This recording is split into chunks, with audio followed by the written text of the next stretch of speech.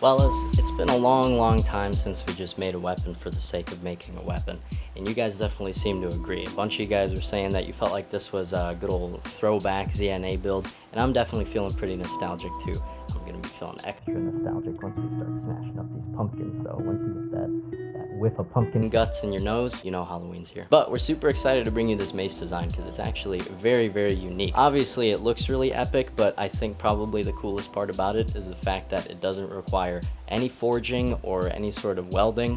Basically, if you have an angle grinder and a set of files and maybe way too much spare time, you also could make something like this. So I was up till like literally 5 in the morning this one night because my brain would not let me sleep until I figured this out. So I came up with this design for this flange that has this notch in the top where it can slide into these slots in the pipe. When you stick the handle in the bottom of the pipe, it butts up against the bottom of the flange, holding the whole thing in place. And then we put some rivets on the bottom of the pipe, and then you end up with a forgeless, weldless, and even glueless mace. I helped too. I did this. I'm pretty proud of this. This was the first time I ever tried doing this, and I think it turned out pretty sweet. It's like, what would you call it, a faux wrap? It's like not an actual leather wrap, but the wood is carved into the shape of a leather wrap, and it actually is a really pretty good grip. So we're gonna show you how to make this thing real quick, and then we're going to smash some pumpkins. Let's do it.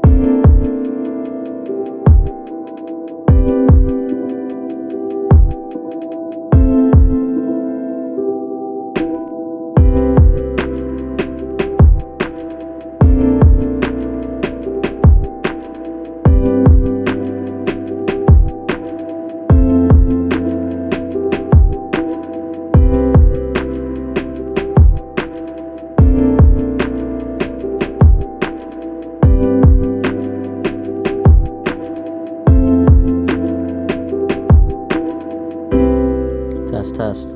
So we got this 4.5-inch PVC pipe, a couple of caps, of course the ferric chloride. We're going to use the same bottle to measure out the proportion of water that we're gonna put mixed in with the ferric chloride. So it's 1 bottle of this for 3 bottles of water. Also got a big bucket and a big bag of play sand. So the plan is we're gonna seal this bottom end up permanently with this cap, plant it into a bucket of sand, and then whenever we need to use it, we just pull this cap off and then put it back on whenever we're done. But first things first, I got to trim this down. So the way that we're gonna do that is I have measured out about 4,500 milliliters of water in these 2 bowls, because this is 945, so I just went a little bit over so we'd have a little bit of room to play with. So I'm going to go ahead and stand this up. I'll ask Dan to hold it. Go ahead and pour all the water in. Frick.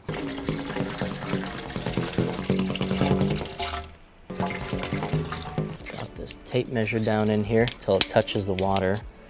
This feels like one of those things that someone in the comments is going to be like, or you could have just done this. And I'll be like, oh yeah, I'm retarded. There you go. So I'm going to cut off 40.5 inches.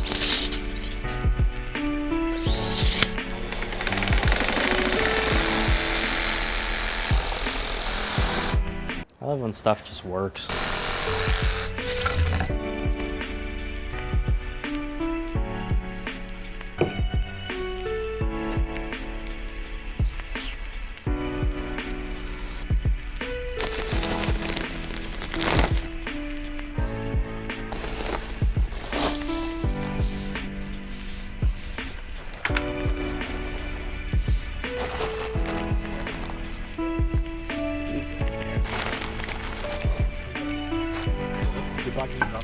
Very. Yeah, you get kind of, you get kind of used to it. It's like getting good at changing. It's very abstract. Trying to describe things in a way that you can change. This seems like a lot of water. Oh, brother. Okay. That looks very dilute. I did only pour 3 bottles in there, didn't I? Maybe it gets darker as you use it. It does seem like it's sitting at the bottom. Ooh, talc. Nice. Well, I stirred it for like 10 seconds and it works. Cool. And in a different bucket, I'm also gonna have a baking soda solution to neutralize the acid once we do the acid bath.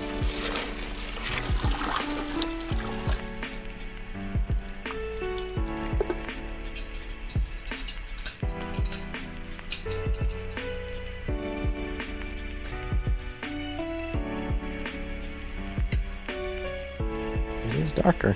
You like it already? Yeah. Okay.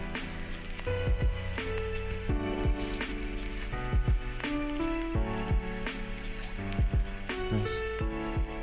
Now, the carving in the handle is actually just the same really simple wood carving technique, just repeated over and over and over in different directions. It's this one where you mark out your line using some masking tape or a pencil, or I've even seen somebody do this with a string, and then you use your chisel to stab into the wood to establish this vertical cut all along the edge of whatever it is that you're using to mark out the wood. And then once you've done that, you take off your marker and you slice into the wood at maybe a 30-degree angle towards the line that you just cut, so that when the little chip pops out, you've got this little shelf kind of thing. And as you can see, when you repeat this over and over and over all along that line that you cut, you get this really cool layered effect that I took advantage of here to make this fake leather wrap. And the cool thing about it is, even with it being really cool looking, it's also completely functional as a grip. Because of the direction that the shelf is facing in, it provides a lot of opposing friction against the centrifugal force of you swinging the mace. So then after that, I did some very epic wood burning. This really accentuates the sharp corner on the shelf because that burns quicker than the rest of the wood. Then just some red oak wood stain, and I used some paste finishing wax on a buffing wheel to seal the whole thing. And this had this unexpected effect of making the handle just a little tiny bit tacky, which was actually completely perfect. Provides a perfect grip. And yeah, that's what we did for the handle. So here's how the head actually attaches to the handle.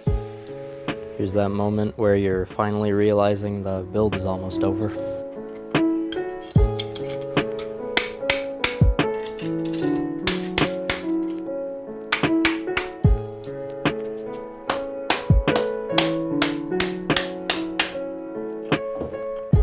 Man, from here it actually looks like there's a leather wrap on it. It's pretty sweet.